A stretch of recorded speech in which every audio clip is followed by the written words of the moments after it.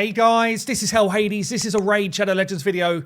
Guys, we're going to be doing a playtest of this Fusion Champion ZINOGRE Blade Master with a nice little pigtail type things. So apparently the name, I didn't realize this when I did the first video, the name corresponds to the thing she kills in Monster Hunter. They've all got these kind of like little green lights, which apparently like guides them towards the monsters and stuff. What we're saying looks pretty sweet, right? Really liking the weaponry from Monster Hunter here. Actually very cool. I think this is a cool collaboration, cool crossover, personally. Anyway, let's get into what's going on. She's got a triple hit A1, 30% chance of placing weaken. I think this could have been 30% each hit, honestly. This is probably the biggest letdown, I think, from her kit for me. But still, triple hit is nice for Fire Knight. Still nice for Fire Knight hard, by the way, even though you're not getting the freeze. Triple hits are always going to be decent, especially for, you know, if you're fighting like Sintranos type Fire Knight hard, and you're just looking to try and break down that shield. So, still decent. A2 Blade Strike, 4-hitter. Each hit increases turn meter by 5%, so you're getting a 20% turn meter fill, books to a 3-turn, and gives increased speed for your whole team. This is a great skill. Like, 4 hits, again, into a Fire Knight shield or into anything, plus giving your team a turn meter boost is actually, or a speed boost, sorry, is actually brilliant. This is a great skill. And in the A3 here, 4-hitter, before attacking, she gets increased attack, so she gets some extra damage. Again, 4 hits. The first 2 hits give leech, which gives your team healing. The last 2 give decreased attack, and this books to a 3-turn. So leech, decreased attack, and weaken are great for clan boss. Leech is great anyway in the game. My kind of biggest criticism, I think, is that it's all single target stuff. So, you know, it's good for boss killing, but for wave killing, there's no kind of like, oh, and I'm bringing the fire. She's going to be like tanking down one enemy at a time. That's probably the biggest weakness of her kit. She's definitely cool for like single target bosses, but not so much for wave nukage. Let's have a look at the passive. This is very cool as well. Increases the damage this champion deals by 1% for every 1% of HP lost up to 50. That's a 50% damage increase, but it doubles if the target's got decreased defense. So potentially 100% more damage when she's low health. So if you can imagine in a clan boss unkillable team, she's getting 100% more damage if it was like a man-eater style team, yeah? As a damage dealer. Wouldn't need, though, the leech or the decreased attack in that team. So it's a bit of an awkward one because you kind of don't need this. It's like anti-synergy really with what you want her to do. You definitely would make use of the weaken, and you probably would make use of the speed boost as well. So her coming in here, boosting your speed for your team and her own turn meter, whilst also doing a lot of damage, could end up being a really cool one, which she would have to be worked out to make that happen, but could end up being very cool. So yeah, she's able to survive a fatal hit, which is very good for the arena and very good generally. What's this? She gets on 1 HP, and this is on a 4-turn cooldown. This potentially, you know, could give her the ability to do some solo type of content, because as long as you can get her healed up in between, you know, whether that's with regen gear or whatever, then potential here for, because she gets a heal as well, she gets 50% heal. There is potential here for her to be able to do stuff, you know, like Sand Devil, for example, or although 4 turns long for something like a Sand Devil. Potentially could do it. If it was 3-turn, I'd say definitely. 4-turn is a bit long for that. But yeah, there's definitely going to be some opportunity with this passive for her to be able to do some form of solo type content. Also wondering about stuff like Bommel, honestly. Like, could she do some solo type stuff with Bommel with this type of kit, this type of passive? Anyway, it's definitely interesting. There will be some cool stuff going on there. Will not prevent this champion's death if they've got heal reduction on them. Kind of like whatever. Speed in dungeons for the aura, fine. So I guess we'll start with a damage test, and then I'll throw her into some content. Get ready for raid, maximum damage. Okay then, damage test. So we have got lethal and cruel gear on. We have got damage masteries with Helm Smasher, any mastery which gives us additional damage on our first hit. We've also got 7k attack, 100% crit rate with 282 crit damage. Let's see if she smacks. Now, because ZINOGRE is not available through shards to be pulled, she actually gets empowered by Zintura here. So for the test server, at least, I can throw in an extra 20% attack and all that sort of stuff to give an even bigger hit. So let's check it out. We're going for a normal Dragon 20, normal squad to do the empowerment of max damage testing. She does give us a little bit of a speed boost as well. Don't really care about that for this. Let's let people boost us up. Drop defense and weaken. Empower us. Okay then, let's test out the A1. So we've got drop defense and weaken out there. We've got poisons on us for more damage. Poisons on them for more damage. Increase attack. Let's go with the A1. Slow this bad boy down. Take a pop at Terrell. 80 odd K per hit. So we got 240K hit. It's okay. Let's check out the A2. So this one is the one that gives us a turn meter boost for our team. What we got here? Quad hits. 100 odd K. So we're talking about a 450 odd K A2. That's a pretty big smack. And then finally the A3, which also puts leech out there, decreased attack. Does a self buff, so we wouldn't need the arbiter buff. Let's see what's going on. What's that? Again, like another sort of 3 to 400K hit. The damage is good, but it's not insane. So yeah, I thought I'd just do a quick comparison actually to Ronda, because Ronda, I feel like it's a similar style of champion, although Ronda doesn't have the debuffs that ZINOGRE has, but probably used for a similar type of stuff. So Ronda's got a triple hit A1, same as ZINOGRE, 1.2 multiplier, exactly the same actually. So Ronda and her on an A1, exactly the same. A2, which is a triple hit for Ronda. You know, in my head, I thought Ronda's A2 was a quad hit, but it's a triple hit anyway. 1.9 times attack, which gives you a 5.7 multiplier in total for 3 hits. ZINOGRE is 1.4 times 4, which gives you a 5.6. So the A1 and A2 are very similar to Ronda's damage. And in the A3, the difference being obviously that Ronda does an AoE hit, whereas this one is more about debuffs. This one is a 1.5 times multiplier, so stronger than the A2, and will give you an overall multiplier of 6.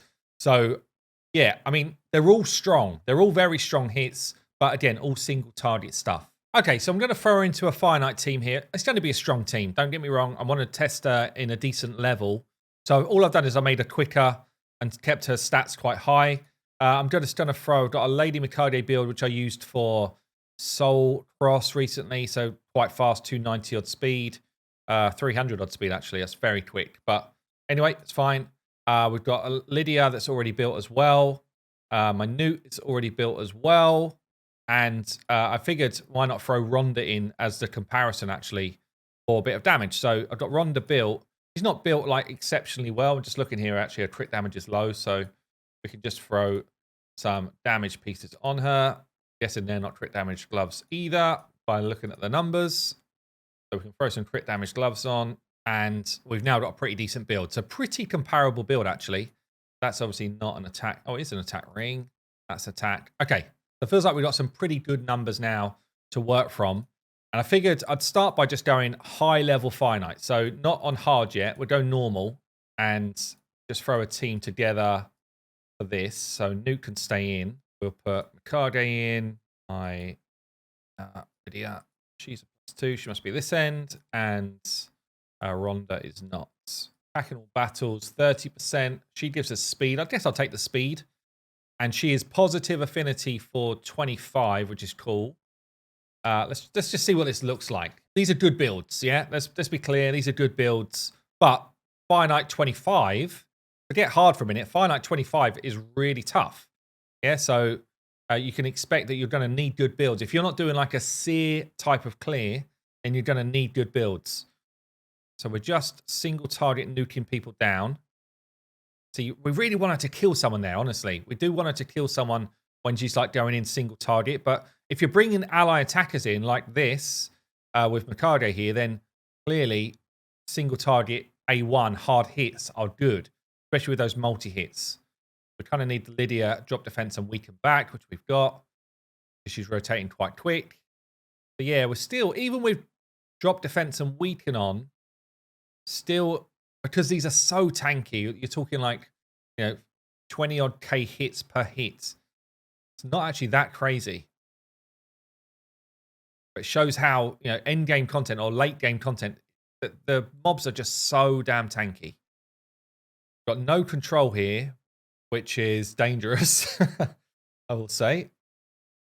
And I guess we're doubling up a bit because we do get the increased speed from Lydia already, and we're getting increased speed here now from ZINOGRE as well. So it's taken us a good like 1 minute 20 to get to the boss, and it's really the boss where she shines. So the reason why she'll be particularly good for Sintranos is you don't have all of that wave content.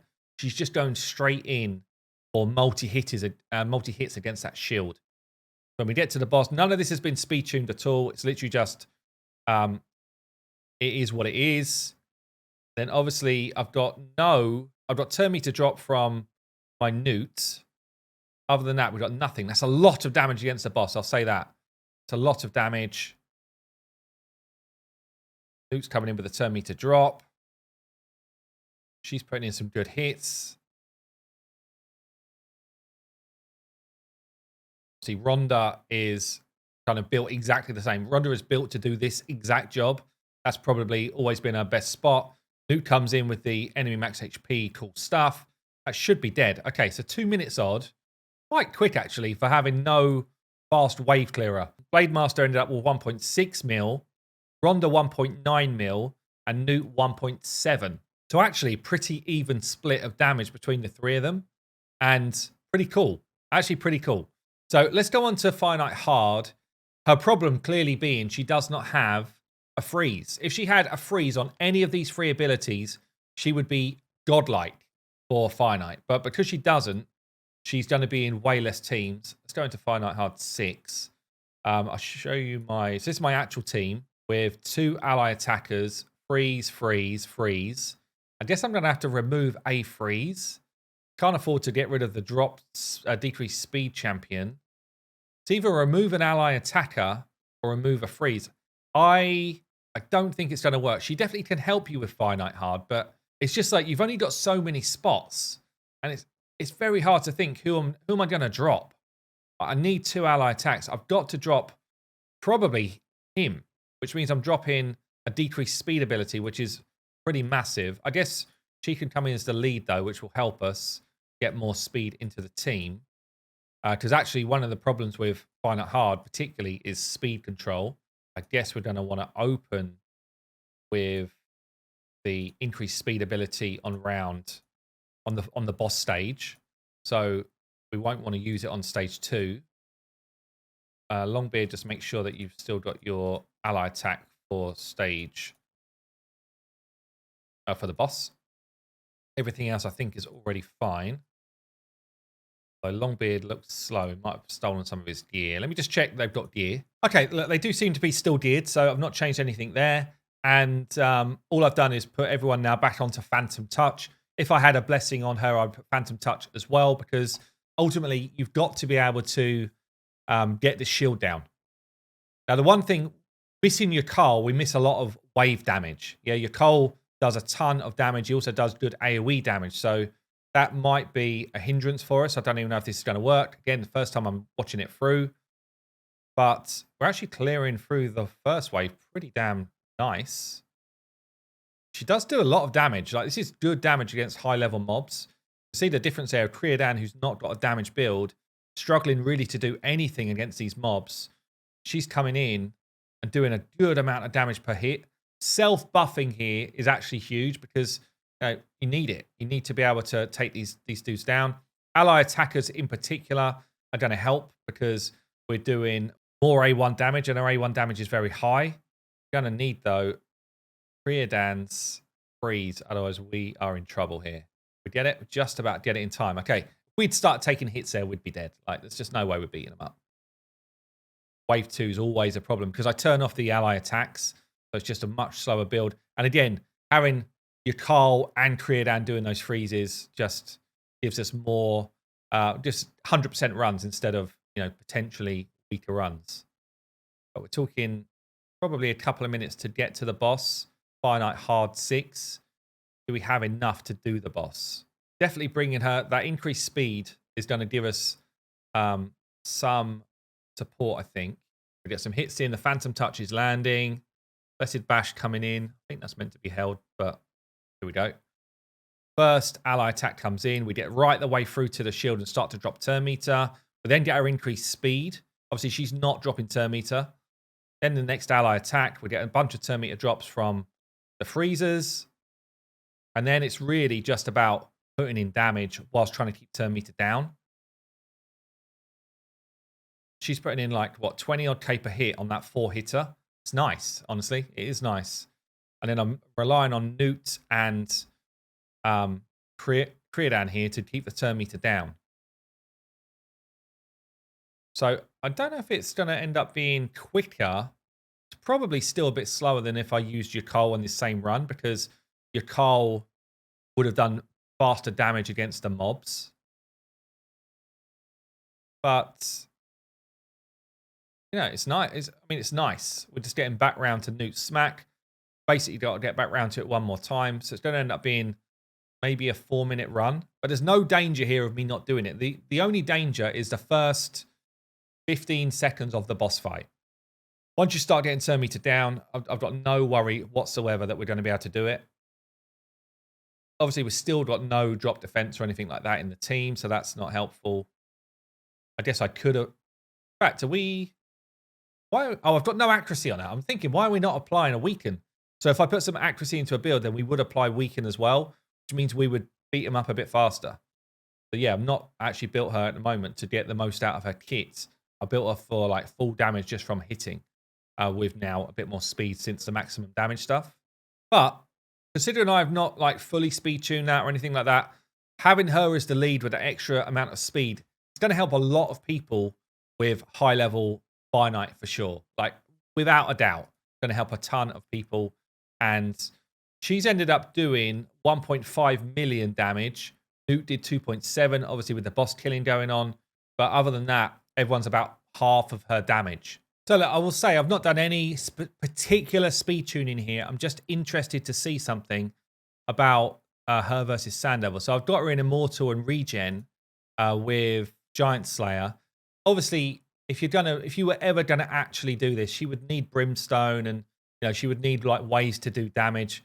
Ideally, honestly, 5-star Brimstone. So it's probably unlikely that this is going to ever happen. But I was just thinking about whether or not she could be a good opportunity for some people for this.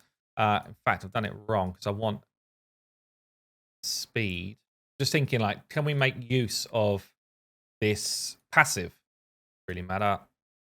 So yeah, Giant Slayer for the only way of doing damage. I've got her over 270 speed, which is like the minimum if you want to be doing some like Sand Devil stuff. She's got Immortal and Regen. She's got loads of health, some good defense. Probably should go more defense than I've done actually. Maybe we'll switch that. Try and get a better balance. Defense and HP. Okay, let's have a look. Let's see what happens. But if I don't do it right now, which I'm not expecting, let's just try stage 20. Let's not go too crazy. See, I've been trying it with other champs as well. I've been trying to get champions that might be able to help people with Sand Devil, and honestly, there's not much. Not much.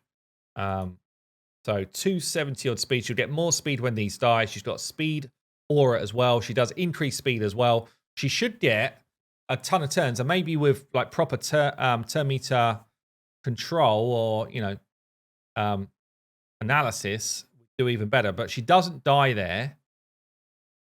Is that just random? She didn't die there? No, she didn't die. She got hit by fatal hit. Hold on a minute.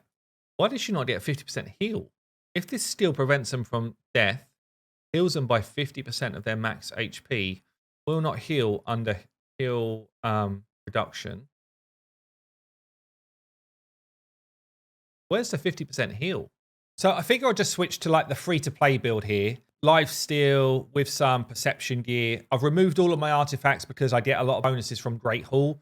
So that's trying to counter that. Obviously, I'm +2 already. I'm booked already, so I can't change that. But trying to balance out what the stats should look like. So a couple of 100 speed, enough accuracy to do her job, etc. So we've gone for that. Lifesteal gear. Crit rate massively over cap so that I can account for the fact that I've got decent gear. So crit rate gloves, attack percent chest, speed on the boots, and then we're kind of looking for accuracy, speed, and crit stuff in substats. And I'm thinking we just kind of try a faction war run. I think she would be good for boss killing. Doesn't count as a dungeon. Let's take out some of the big boys here. Although I do need people that have got gear on. I think these have got some gear. She's got some gear. He got some gear on. I think he has. Just or maybe Hatatsu instead. So let's just check this out. Most people will be geared a bit. That's about it. Genzin gives us our drop defense. And then we're basically utilizing her to do killing. And that's what we need. So you saw the stats on her. Once that drop defense is out there for these normal type of mobs, she can then just go in and basically one-shot the mobs. And she gets one-shot herself, but her passive keeps her alive. I've got no way of healing in this team other than her own kind of like leech ability. Interestingly, though, her passive reads like she will get 50% of... She's actually dead already. She will get 50% of her health back. It's not until she takes her next turn by the looks of it. So I don't know if I'm reading her passive differently to how it should be. Let's just bring in maybe a Taragi. Yeah, passive reads to me like when she goes to 0 health, she will get 50% of her health back. But it looks like it doesn't happen until she takes her next turn, that 50% regain, which is a bit weird. I'm also just wondering, ideally, if you're going to do a team like this, ideally have somebody in the team who is wearing a shield set or a bolster set for a high-level faction wars, like random team. So I'm just going to throw quickly some shield set here. Bolster is by far the better version, but let's just throw a shield set on someone so that we can actually take a bit of a hit. Really important just to keep your team alive.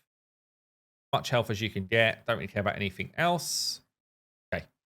The bolster set's way better because the shield champion will also have healing and the shields are protected. But let's go again. Almost certain that Genzin is short on gear as well. Everyone's just basically not geared, but don't really care about that. It's more about her performance here.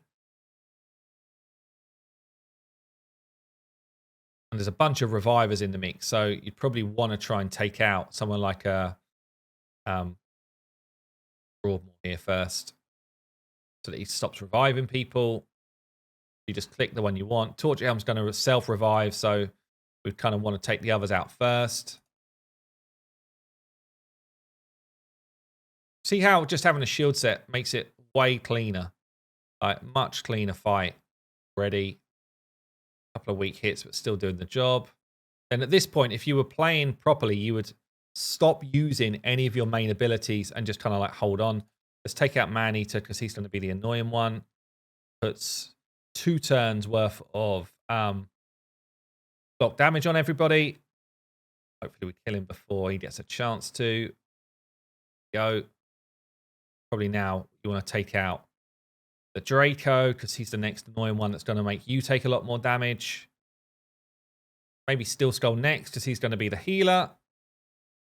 And as you see, the other thing you would do is you'd kind of focus on people that have got the drop defense on them versus people that haven't because it's just easier to kill. He's going to pop back up, be annoying. Oh, we've already done that. Okay, cool. And then it's just the big boy Norog to take down last before we get onto the boss. Again, if I was controlling this properly, I'd be stopping all of our abilities from being used. And then really, she's bringing you decrease attack. She's bringing you leech. Is this the guy, though? He does transfer everything onto us. So is this the guy? No. He just puts fears on us and stuff. I'm going to take him down. Should get the revive, though.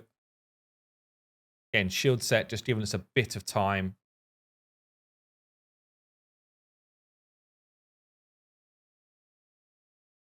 There goes my 3-star. But you can see the increased speed, you know, the debuffs on the boss, all of it is just doing a bit of work for you. The chance of a weaken, you know, it's all decent. The leech actually is is a great ability, honestly. It's a great ability for boss encounters. It's not the one shot. It's not good. There's another one. Maybe we don't quite do it, which would be a shame. But, you know, if we put gear on people, that would make a big difference. But yeah, I do think, look, she's not going to be the top tier champion, but I do think she's actually a very good champion. You know, even with that gear on that I've just shown you, 650k damage, way more than anyone else, kind of like hard carried that team. So yeah, I mean, the other place where you definitely would use her would be Clan Boss. As I say, that would be more about speed tuning an actual team to fit her in, and we can have a look at that. But I'd love to know what you think. I think she's a good fusion. I don't think she is amazing.